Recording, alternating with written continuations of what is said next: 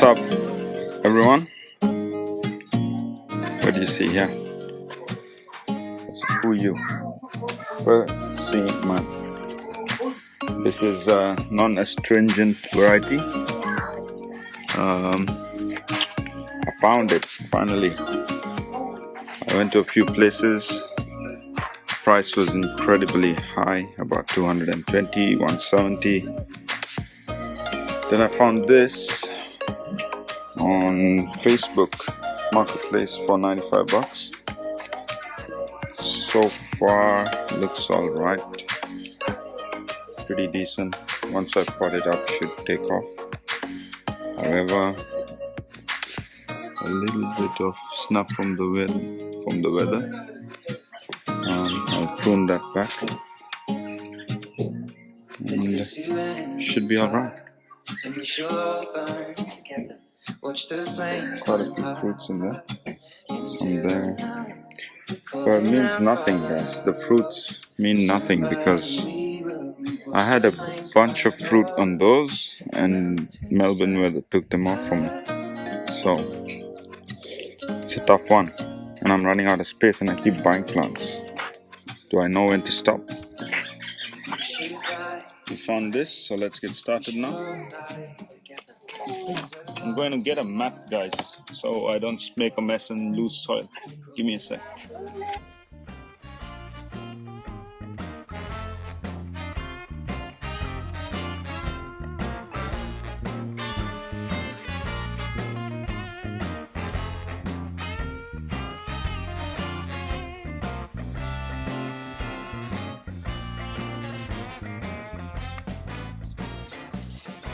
We've got to make sure that the height is accurate. If you notice now, once I clear everything, you can tell the difference.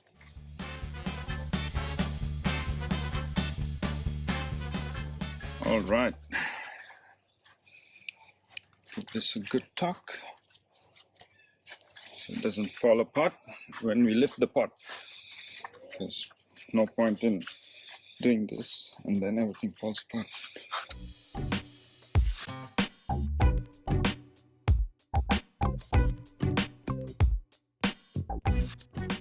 Have a look in there. You can see the layering with the perlites happening. You can see the coconut core. Everything has a nice layer formation.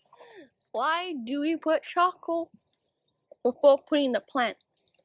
We put charcoal so that there's drainage, and also when the root sits in there, it tends to sit in water depending on the quality of your soil mix. That will cause root rot or other bacteria to grow. The charcoal will help the bacteria stay at minimum because it's an antiseptic or antibacterial property. And by adding this, we add zeolite, an organic mineral additive that attracts and retains nutrients and releases them when the plant needs it, preventing soil nutrient leaching and assisting drainage. Then you got paramagnetic rock, which provides greater balance of nutrients for optimal health and vitality over time. It continues to deliver a steady flow of nutrients. Then the carbon, it is a natural way of boosting organic matter and carbon content in the soil. Biocharcoal helps to increase the water holding capacity of the soil. So that's why we add charcoal. And spread this evenly. This will be at the plants dispose. So give it a good spread.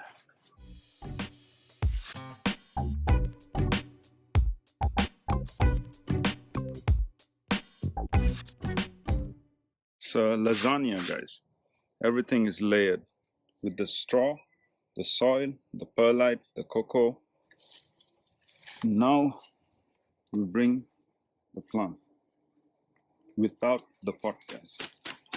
That's the challenge now. Make sure. You should take out the bamboo. Once I plant it. because if I take it off now, when I'm doing this, the plant's going to lean over and probably snap. Be very careful, boys and girls.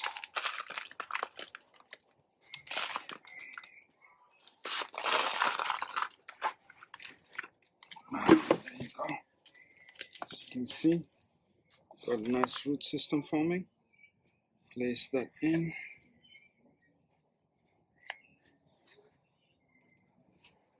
Now make sure you don't leave any gaps for air to build anaerobic conditions. Tuck in the plant.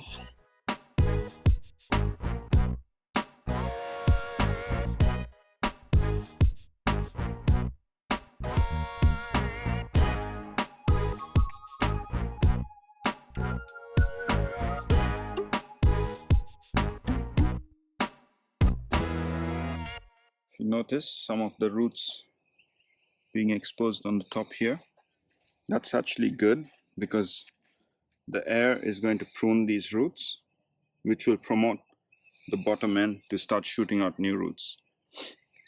So it'll be fooled into thinking that, oh, the roots are getting damaged, we've got to shoot out new. So plants have a way of communicating, just like humans and animals too. Everything communicates, but you've got to send out the right message and make sure there's no miscommunication between the soil and the plant.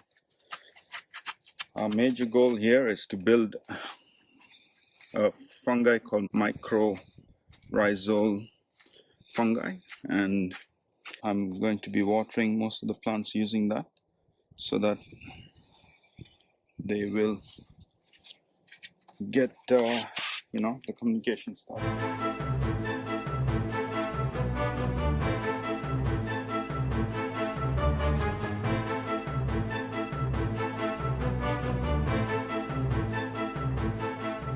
That's a persimmon flower, and that's going to be a fruit at some point, fingers crossed. Got quite a few of those. If you look down,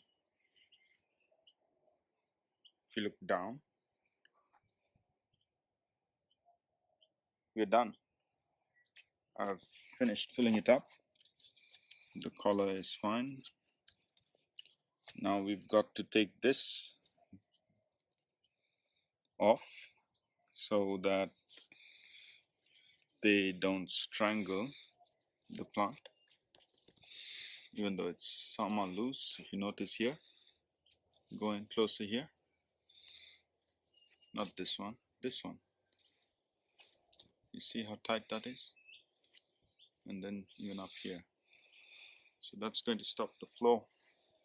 So I'm going to put this into its spot and stake it up. Bricks so that they can sit on this and not flush with the ground. Free drainage. And as you can see, we use this every few weeks. So I'm building up a soil that's going to eventually get to the roots. So if the pot does want to shoot roots into the soil, they can, but they'll still have the good drainage coming with these rocks. And in future, when I want to move, I'm going to prune the top and prune off the roots and lift the pot up, so hopefully they survive. But yeah, that's kind of the plan for now, at least. And let's put the plant. I've got the trolley, guys, because pretty much the pot weighs a ton. I'm not gonna wreck my back trying to move the pot.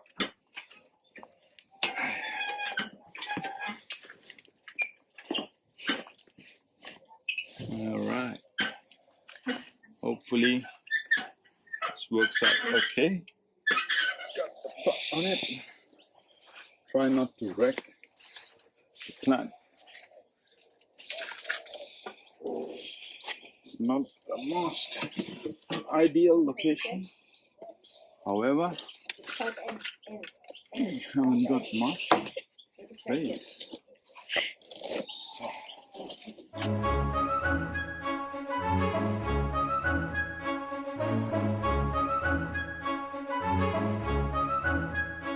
What's next is the ties. We're gonna get rid of these. As you can see, it strangles the plant and leaves a mark.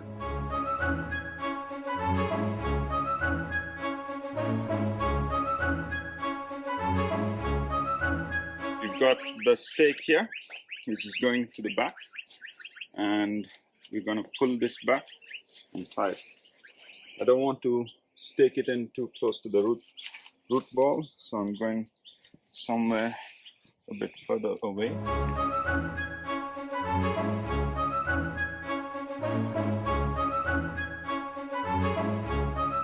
So now we'll be able to tie this to the stake, not too hard, but just for it to have a bit of a shake. We don't want it flying about, so you have to make it work and protect this till it gets large enough. I've got the FUYU non-astringent persimmon, ornamental deciduous tree up to 5 meter. Fruits late February to May, can be eaten when crisp and firm. That's what my kids, my wife, everyone likes. The other one, they like it too, but I'm not a big fan of it. But I might pick that up when I find it, just because variety is important. Planting instructions: persimmons are highly decorative, hardy trees bearing striking flowers, good autumn color, and edible fruit. They grow well in both subtropical and temperate climates and adapt well to different soil types as long as they are deep, rich, and well drained. A position protected from winds in full sun is best. Plant in well-worked, moist soil. Incorporate fertilizer and/or compost, ensuring the bud union is at least 10 centimeter above soil level. Water well and keep moist until established. Apply fertilizer as recommended annually in winter. A light pruning only is required as persimmon produce fruit on current season's growth. Harvest when fruit are well developed and of characteristic color. Full sun, drought tolerant, width 2 to 5 meter, height 2 to 5 meter. Perfect for a small sized garden.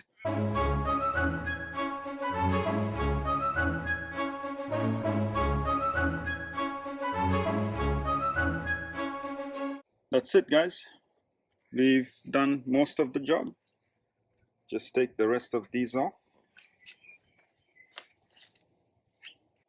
I've attached 3 of them to find the distance I like.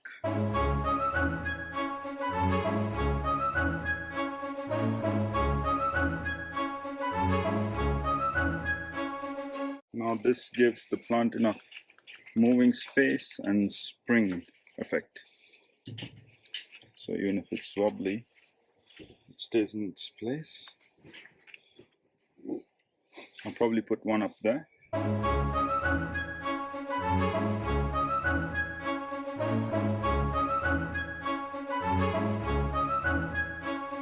Don't take them all off straight away before you string the plant up securely, because it's going to just flop onto you and snap and break.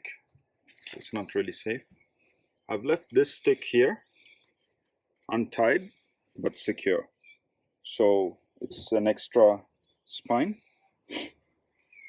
You can take it off, but it's not doing any harm directly to the plant, so I don't see a reason why I should pull this out right now.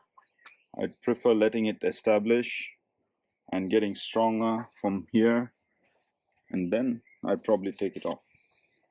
But definitely I'm going to prune this halfway and shorten the height, because if you notice, it's getting away from me and I don't want it to leave.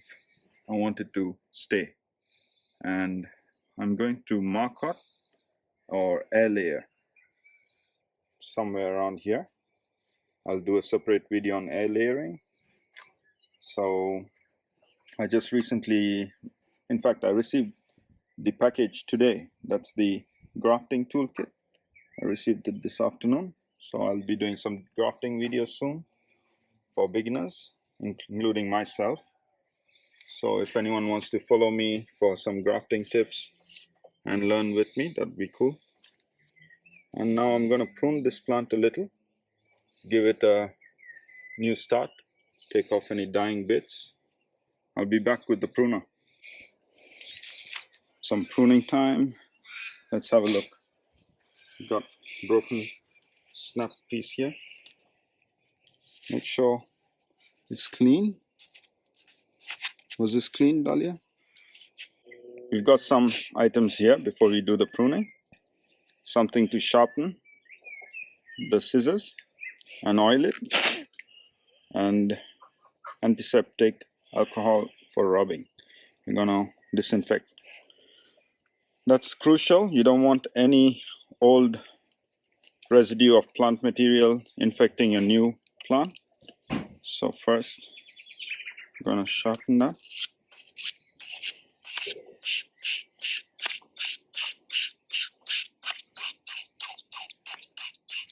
If anyone knows a better way or a better idea to sharpen this, I'm all ears. This is okay, but new trends, new technology, stay updated. That's what we do on this channel. We update you on how you can improve your gardening and day-to-day life if possible. So we are always keen to hear what everyone has to say, whether it's positive or negative. Feedback is good. Nice and sharp, I believe.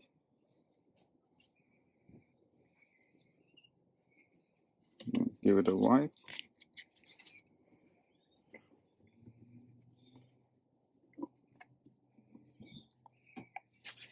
And spray it.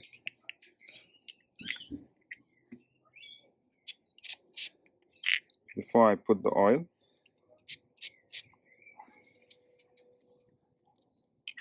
Some might say this is not for gardening, but it's what I have right now, and I'm going to use it. And I'm not going to do anything to dry that. I'm just going to put some oil for the moving parts in here.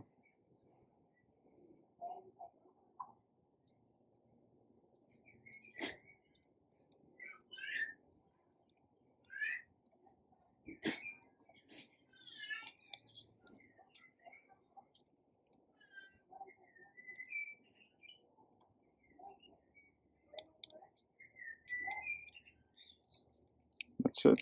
A little bit of the oil goes a long way.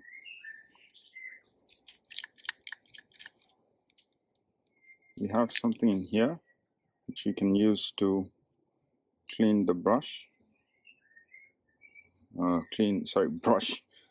Brush this bit here so that any residue comes off, and it should be ready to go. Gonna get around this way, flush with the plant. Nice clean cut.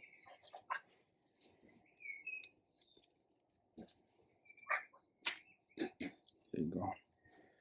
If you see my video on what to use once you've done pruning, I suggest you guys grab on to Ivy Organic, and those guys do a good job at producing items to protect your plant. Check them out on Instagram and YouTube as well. I'll put the channel in the description. If you see here, there's some growth, so I'm not going to prune this end. I'm going to let that stay. But up here, I'd like to open up this area a little bit. I'm going to take this off.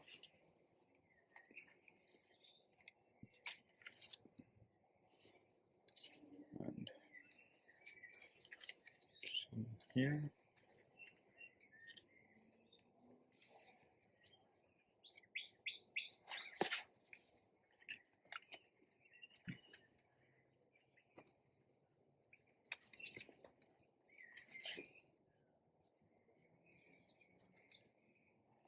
If you have a look up here,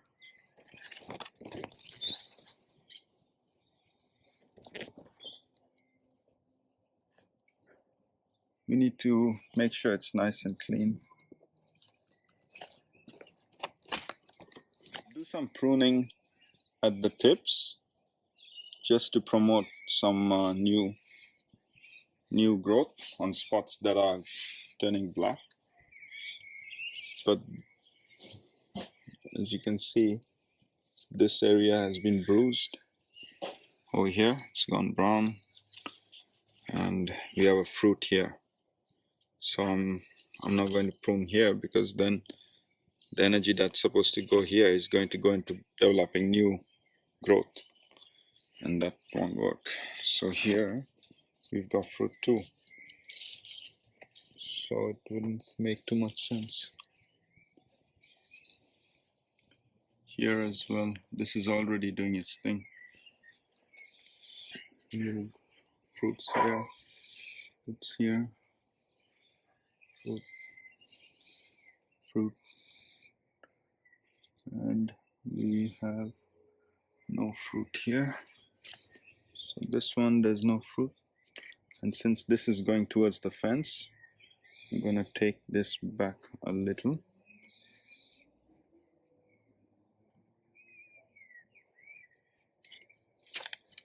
Just a little tip. And this one here has no fruits as well, and it's got all the larger leaves and not much happening here. So I'm going to prune this here.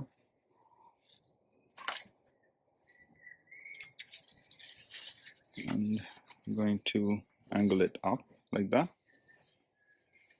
And I'm going to take off this. Take off this. It's fine. Then we've got a little tiny growth coming through here, guys. If you see, not much happening here at all. But I think it's too close in between. So I'm going to gently take that off with my finger. And down here we have another piece. I'm going to snip it off over here. As you can see,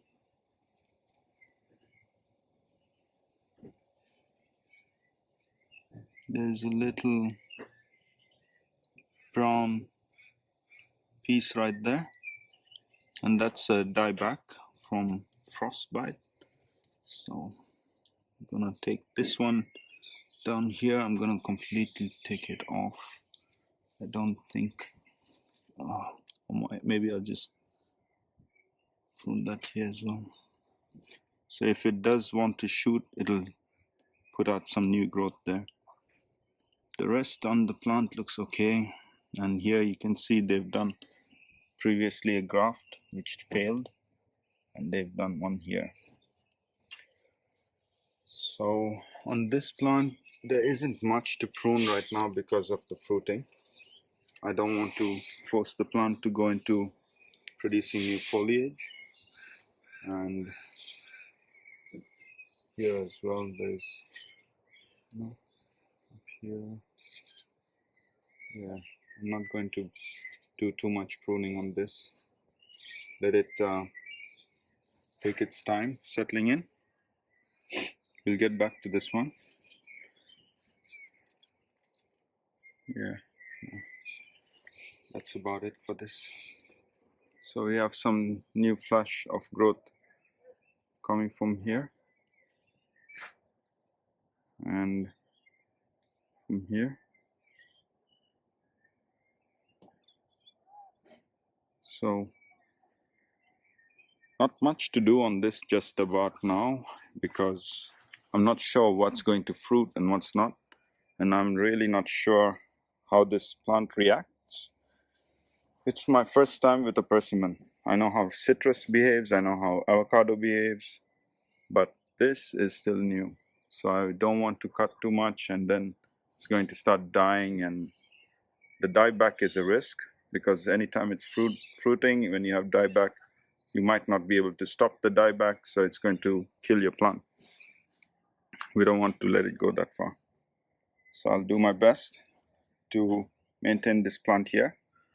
But at some point, things will start easing up and clearing out from here. More breathing area, more advanced plants such as this will be moving out. So Alia, what do you think? What do you think about our garden? It's very great. And would you be happy with more plants? And did you know, guys, tell them what they don't know about this plant. It's my favorite fruit. So Alia likes this plant. It cost me $95 for her, and we are going to take good care of it. And what else, Alia? How's your day been? It's been interesting. That's good. So which grade are you in? 7.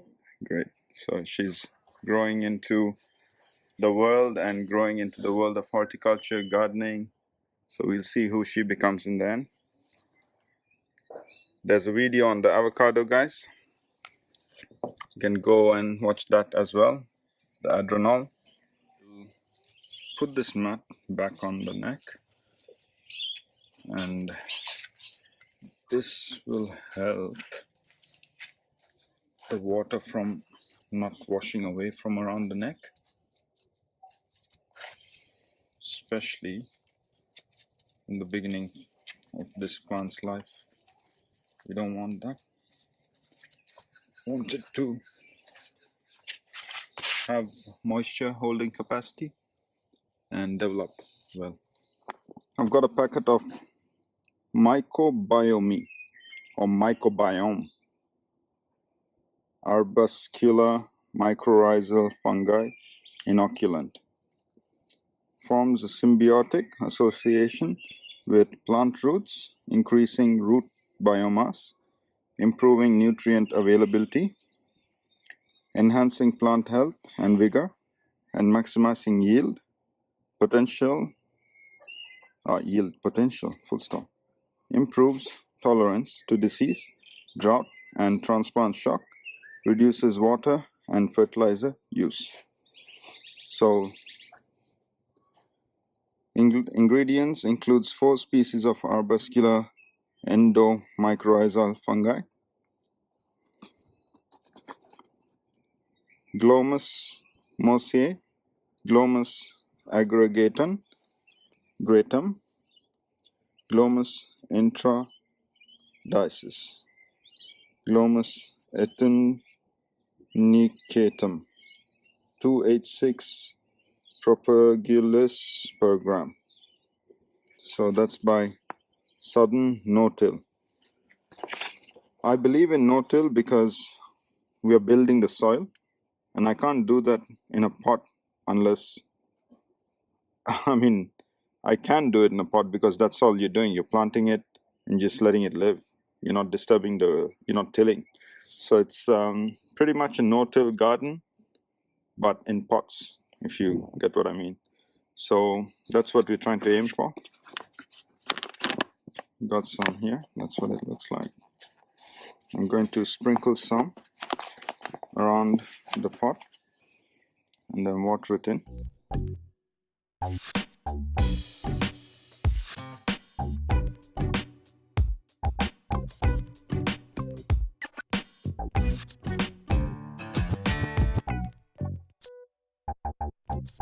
You can see here how to use for cuttings. Dip stem directly into powder. Place half teaspoon underneath rooted cutting when planting. Seed treatment, transplanting. Apply roughly 1/4 teaspoon. So that should be around directly to damp roots until covered. Yeah, pretty much. That's pretty much the amount. Avoid breathing in dust. So let's get this watered in. I've got my trusty hose length. Get that water in nicely.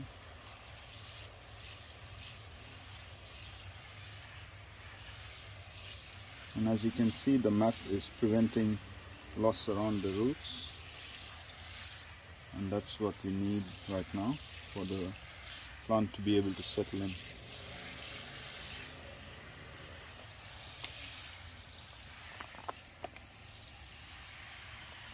And soak the mat so that moisture gets in as well.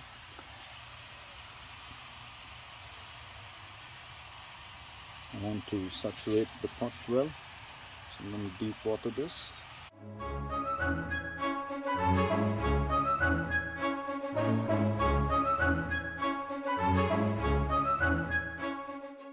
Once you see the water pooling, you can stop and see how fast the water drains.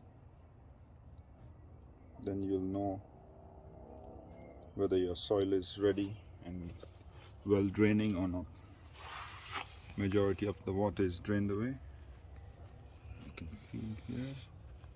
It's not leaking out yet, which means it needs to be saturated more.